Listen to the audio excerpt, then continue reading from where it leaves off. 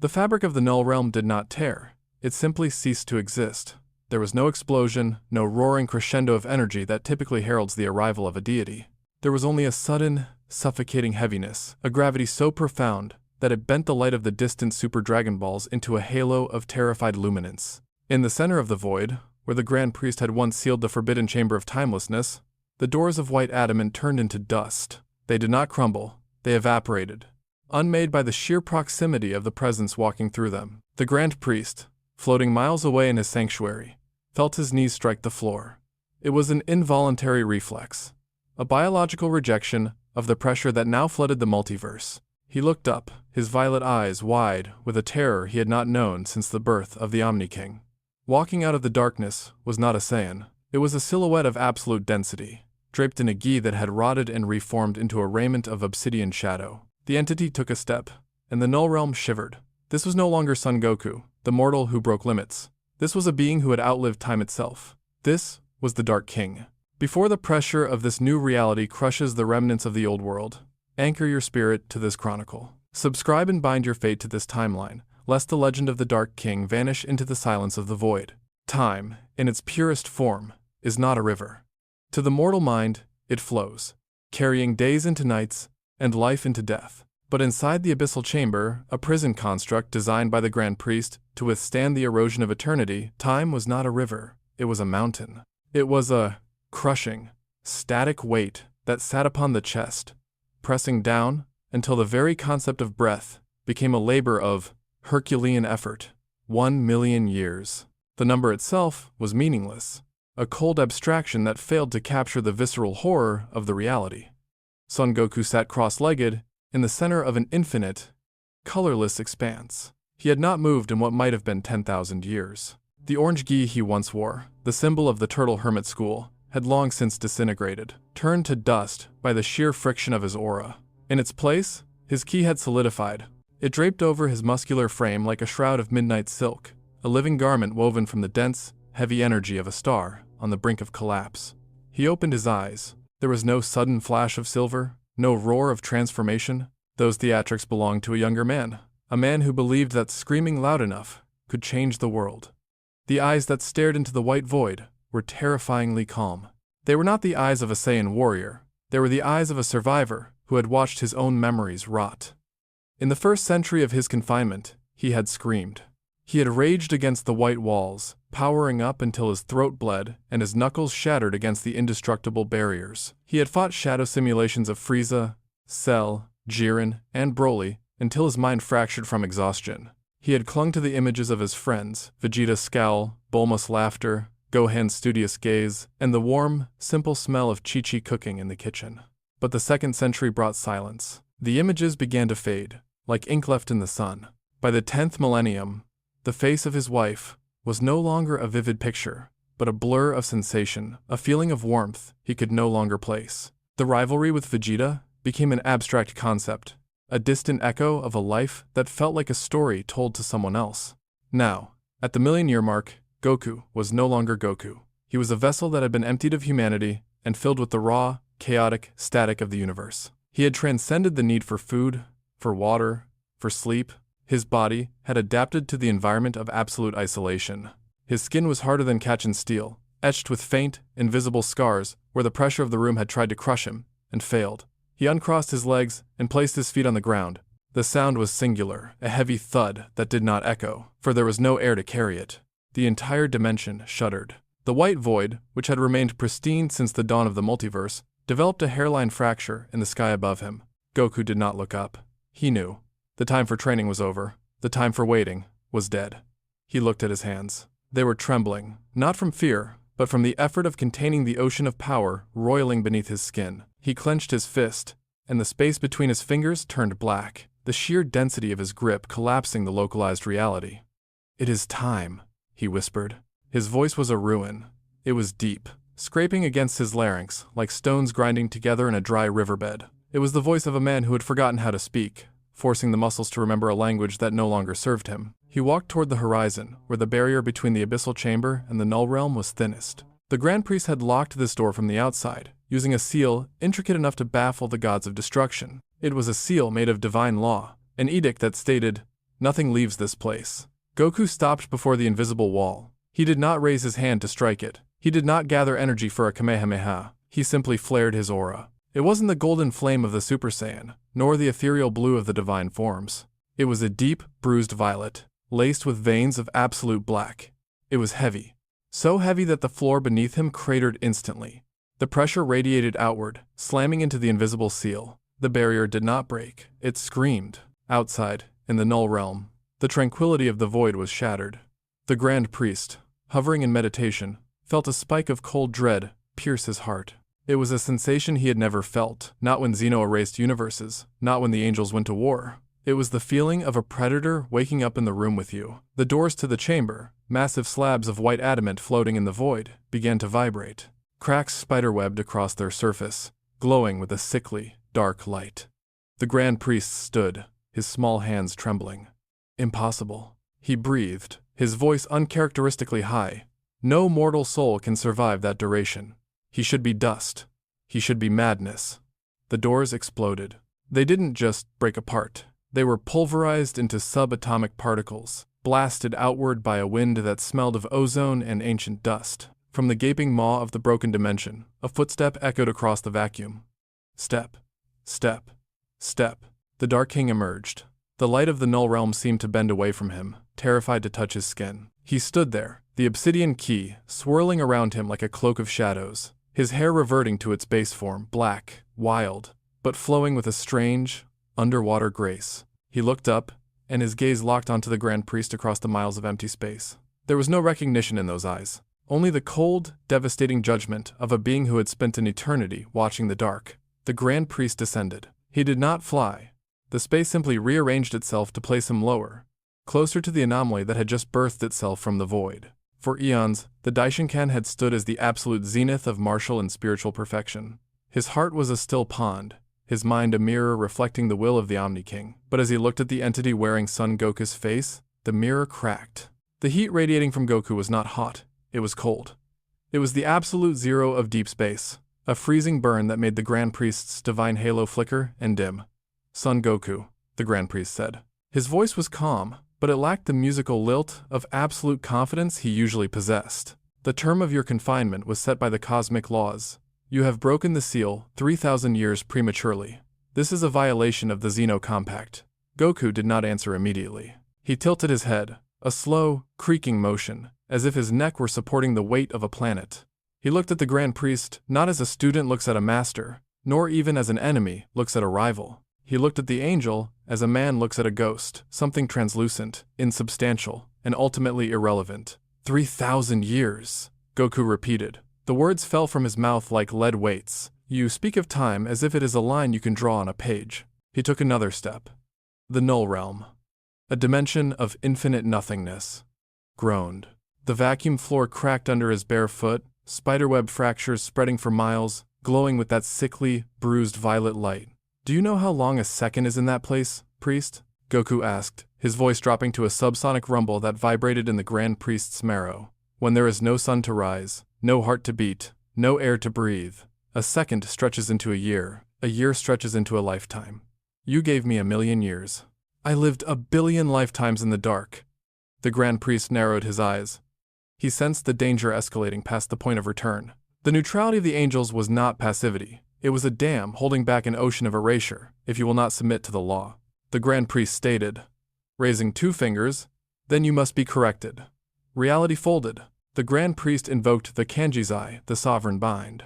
It was a technique that did not attack the body, but rather froze the timeline of the target, locking them in a single, unmoving frame of existence forever. A cube of transparent, holy light materialized around Goku, snapping shut with the sound of a guillotine. Silence returned to the null realm.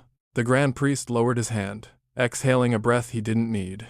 Regrettable, he murmured. His soul was too heavy. It had to be stopped. Crack. The sound was small, like a twig snapping in a winter forest. The Grand Priest froze. A hairline fracture appeared on the surface of the time cube. Then another. Then 1,000. The holy light turned black. The construct didn't shatter outward. It imploded, sucked into the gravity well of the being standing inside. Goku walked through the debris of the technique as if walking through cobwebs. He hadn't powered up. He hadn't screamed. He He had simply existed so intensely that the prison could not hold him. The concept of frozen time meant nothing to a being who had conquered eternity. Your tricks work on mortals, Goku said, closing the distance. He was now only 10 feet away. The sheer density of his presence was forcing the Grand Priest to hover backward, fighting a magnetic pull that sought to drag him to the ground. They work on gods, but I am neither. Goku stopped. The obsidian key flared, forming the silhouette of a great, jagged crown behind him. I am the end, Goku whispered. For the first time in recorded history, the Grand Priest felt the instinct of a biological creature. He felt the urge to run, but his pride, the ancient code of the angels, held him fast. He flared his own aura, a blinding white light, meant to purify all corruption. You have lost your way, Saiyan, the Grand Priest shouted, his composure finally fraying. You are drunk on power you cannot comprehend. Goku raised one hand. He didn't form a fist. He didn't point a finger. He simply held his palm open, facing the angel, and closed it slowly. The light around the Grand Priest died. The white aura was suffocated, snuffing out like a candle in a hurricane. The Grand Priest gasped, clutching his throat as the ambient key in the null realm vanished, pulled into Goku's grasp. The angel fell. He hit the invisible floor hard, his knees buckling, his halo clattering against the ground like a dropped plate. Goku stood over him, casting a shadow that seemed to stretch infinitely into the dark. He looked down at the strongest being in the multiverse, now gasping for energy on the floor. I do not seek power, Goku said, his voice void of malice, void of ego. I seek the exit. And you are standing in the door. He stepped past the kneeling angel, his eyes fixed on the distant, swirling nebulas of the living multiverse. He had broken the room. He had broken the warden. Now, he would break the silence of the universe itself. The hierarchy of the cosmos is built on a simple, brutal architecture. Mortals pray to gods, gods fear the destroyers, destroyers bow to angels, and angels serve the king. It is a ladder of fear, constructed to keep order in a chaotic existence. When Goku stepped out of the null realm and into the space between universes, he did not climb that ladder. He kicked it over. The transmission was instantaneous. The moment Goku's foot touched the fabric of the living multiverse, a shockwave traversed the 12 universes. It wasn't a sound. It was a psychic decree. Every Kaioshin, from the youngest apprentice in Universe 1 to the ancient Elder Kai in Universe 7, felt a sudden, crushing migraine. They fell to their knees in their sacred gardens, clutching their heads as a single image burned itself into their minds. A pair of black eyes, ancient and empty, staring from the void.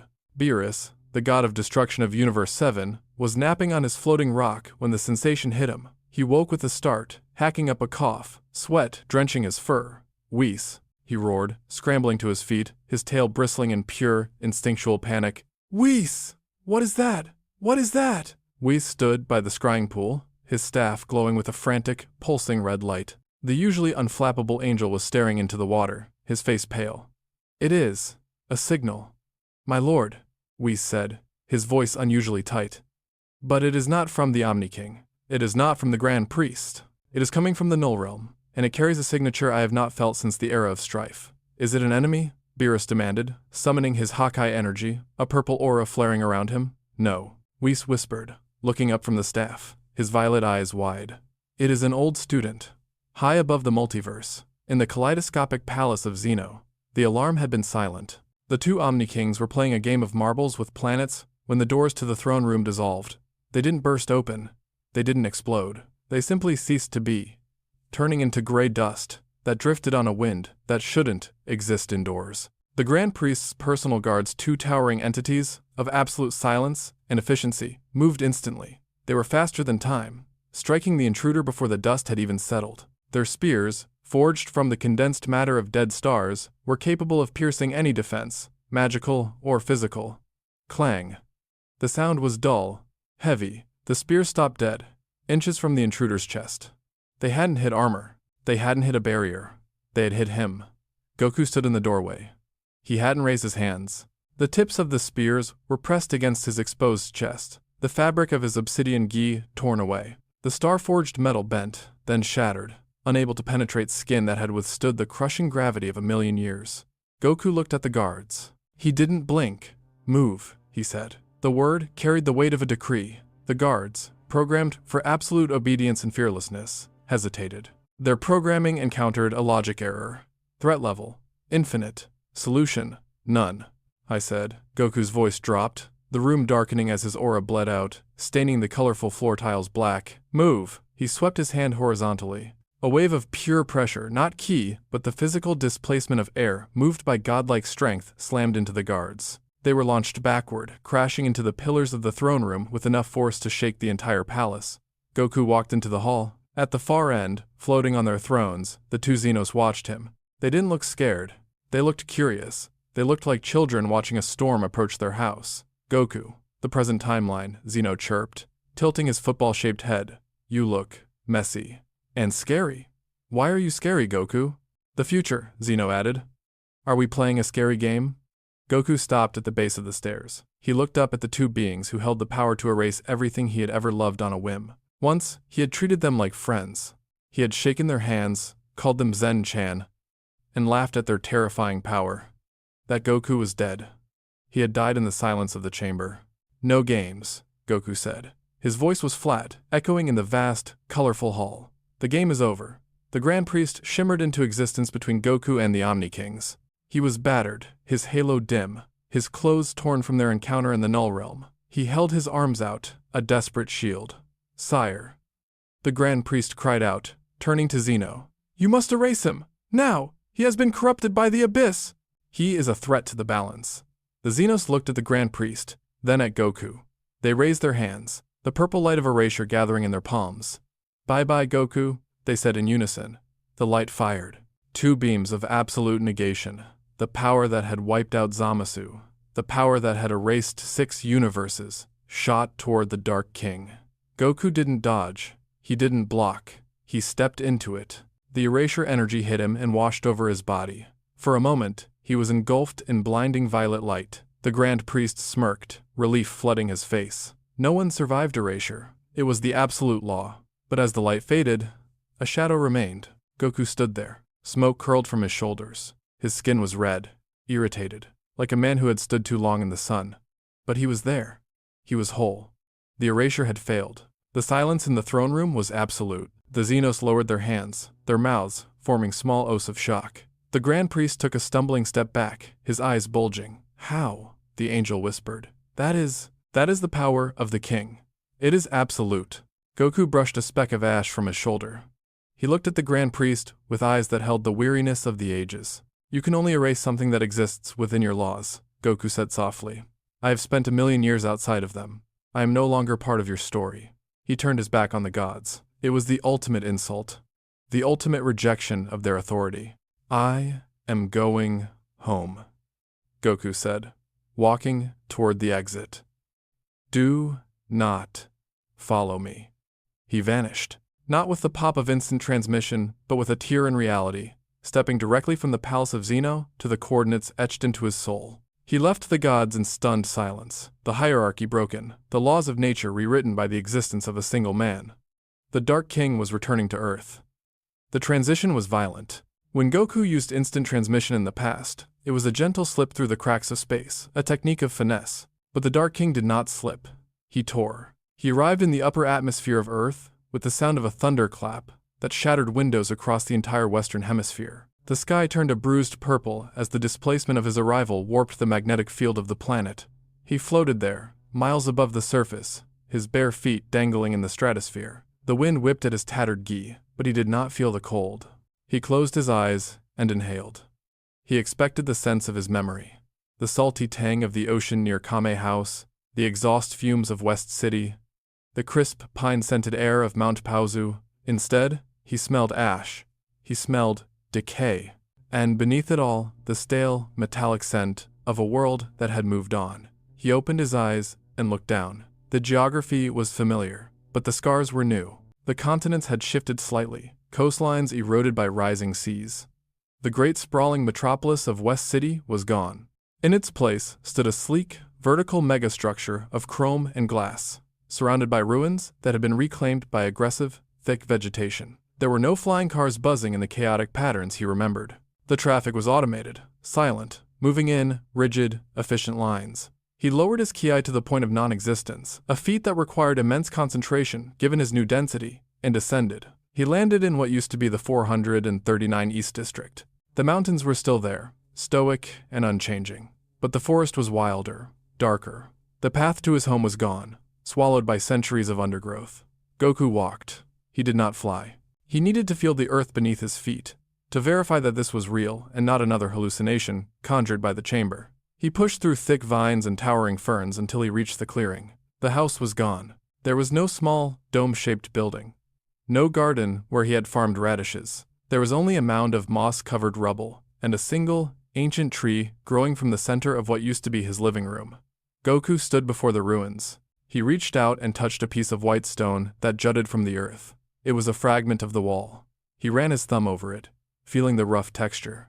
Chi-Chi, he whispered. The name felt foreign on his tongue, a relic from a dead language. He closed his eyes and searched for her energy. He knew it was impossible she was human, her lifespan a blink compared to his exile, but the heart is not logical. He searched for Gohan, for Goten, for Pan. Silence. The earth was teeming with life, billions of souls, but none of them carried the spark he knew. The Sun family line had either diluted into the general population or vanished entirely.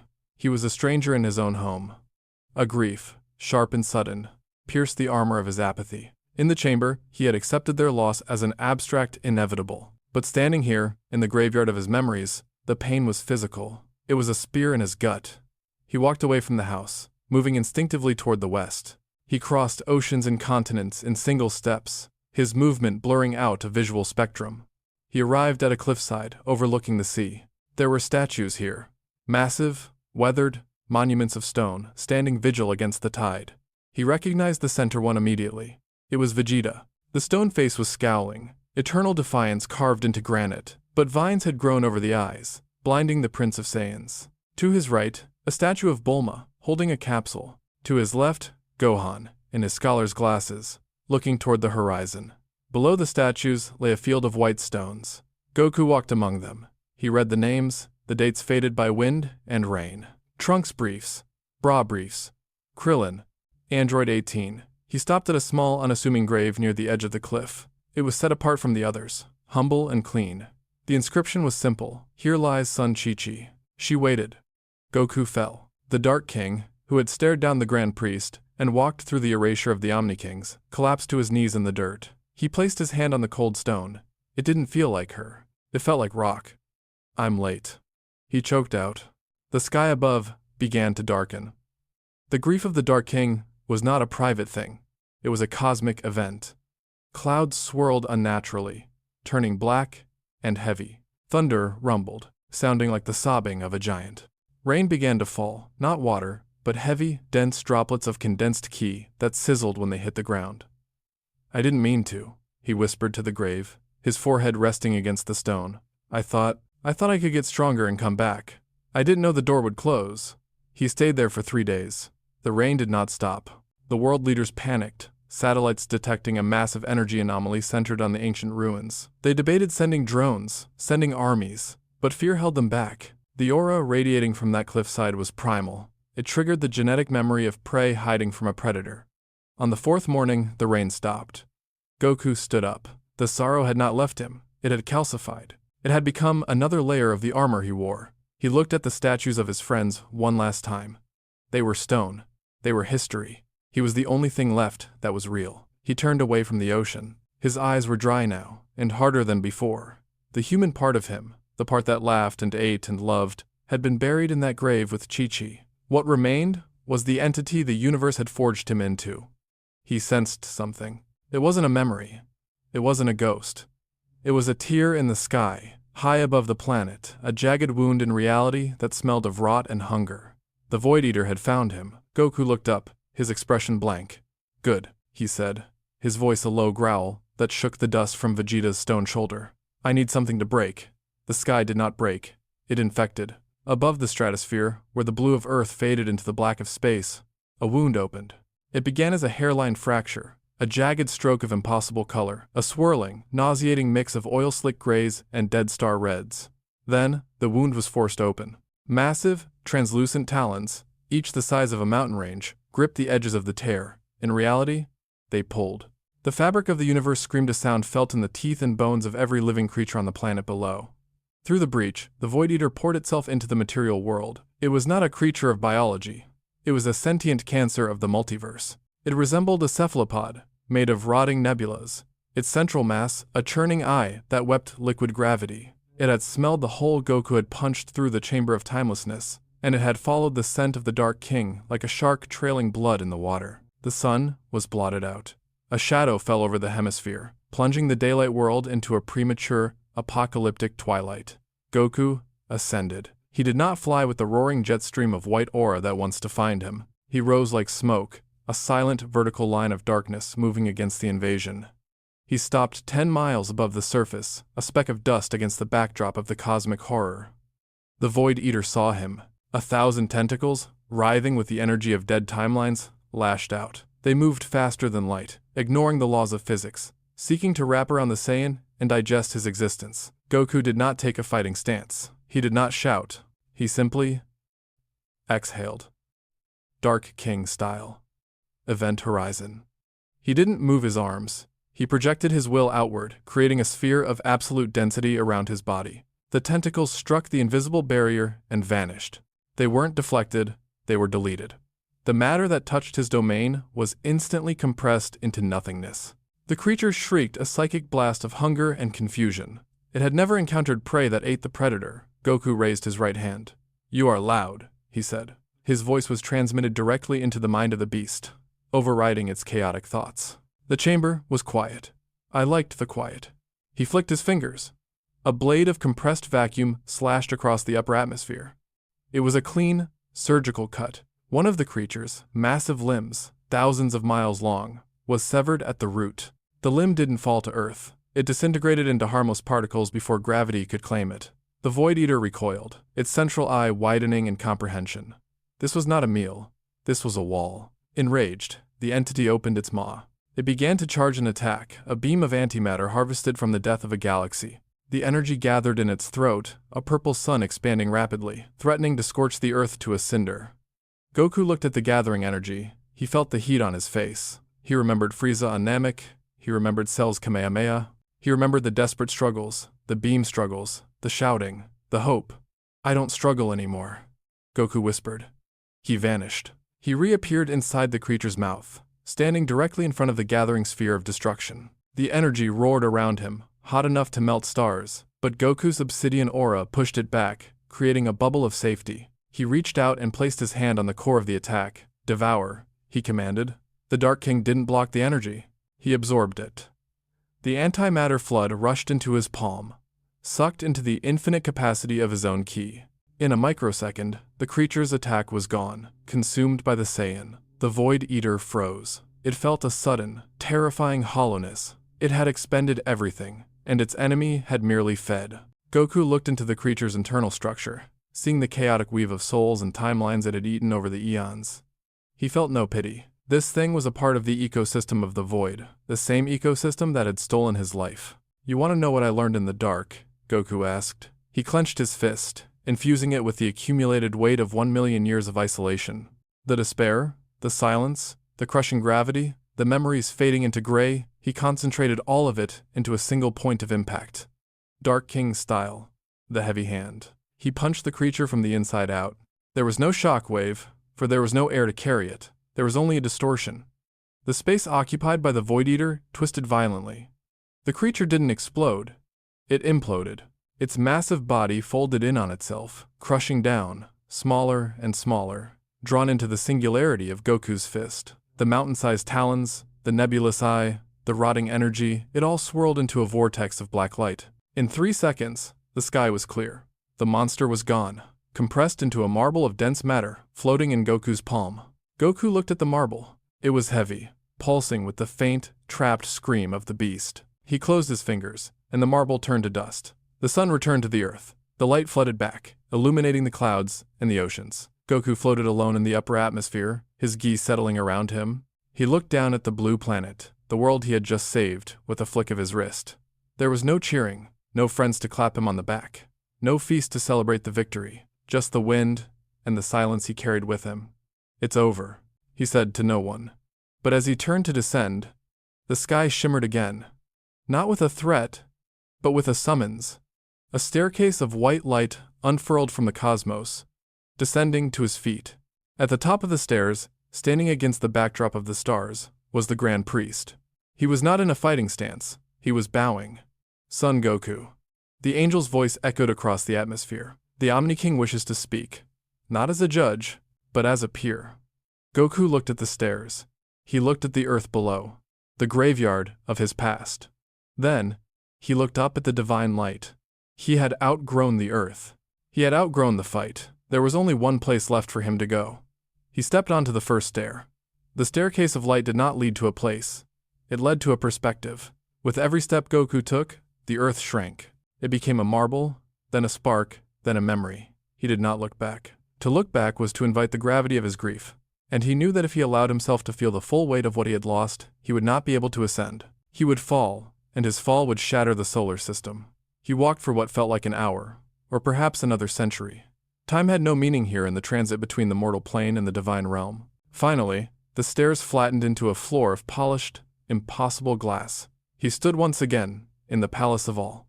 But the atmosphere had changed. The playfulness was gone. The floating planets that the Xenos usually batted around like toys were arranged in perfect, static alignment. The two Omni Kings sat upon their thrones, their small legs dangling, but their expressions were solemn.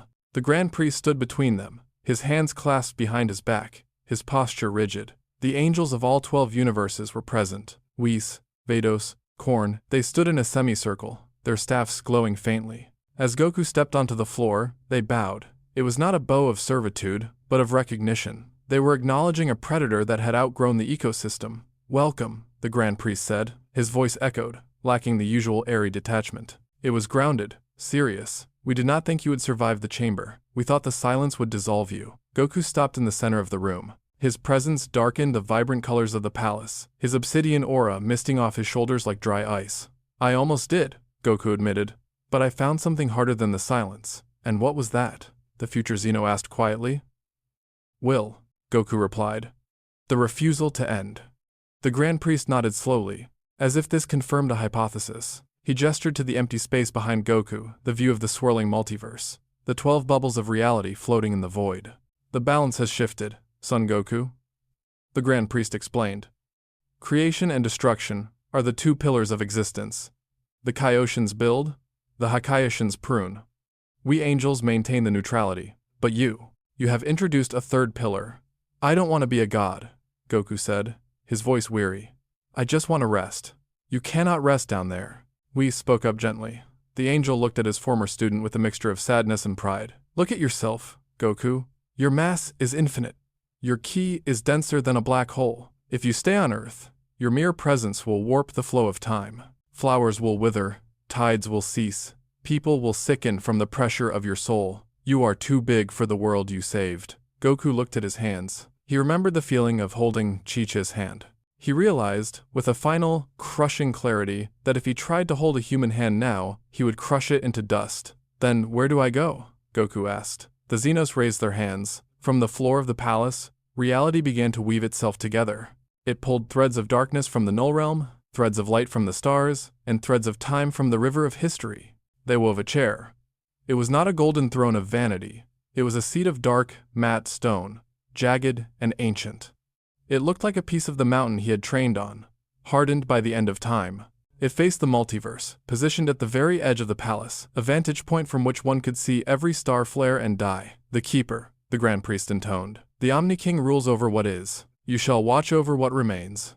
You are the wall. When the things from the outside try to enter, like the beast you just slew, you will be there. You are the deterrent. You are the Dark King." Goku looked at the throne. It looked cold, it looked lonely, it looked perfect. He walked past the angels. He walked past the memory of the man who loved fighting, the man who loved food, the man who was an idiot and a hero. He approached the seat of eternity. He sat down. The moment his body touched the stone, the multiverse shuddered. A frequency hummed through the cosmos, a low, stabilizing note that every living being felt in their bones, though they did not know what it was. It was the sound of safety. Goku rested his elbow on the armrest and placed his chin in his hand. He looked out into the vast, glittering expanse of Universe 7. His vision zoomed in. He saw the Earth. He saw the grave on the cliff. He saw the city rebuilding. He saw a young girl, generations removed from his bloodline, looking up at the sky, wondering why the stars seemed to burn brighter tonight. He could not be with them. He could not laugh with them, but he could ensure that their story continued. He would sit in the dark, so they could live in the light. A faint smile, the first in a million years, touched the corner of his lips.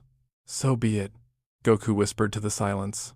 The Grand Priest bowed one last time and retreated. The angels faded away. The Zenos returned to their quiet observation.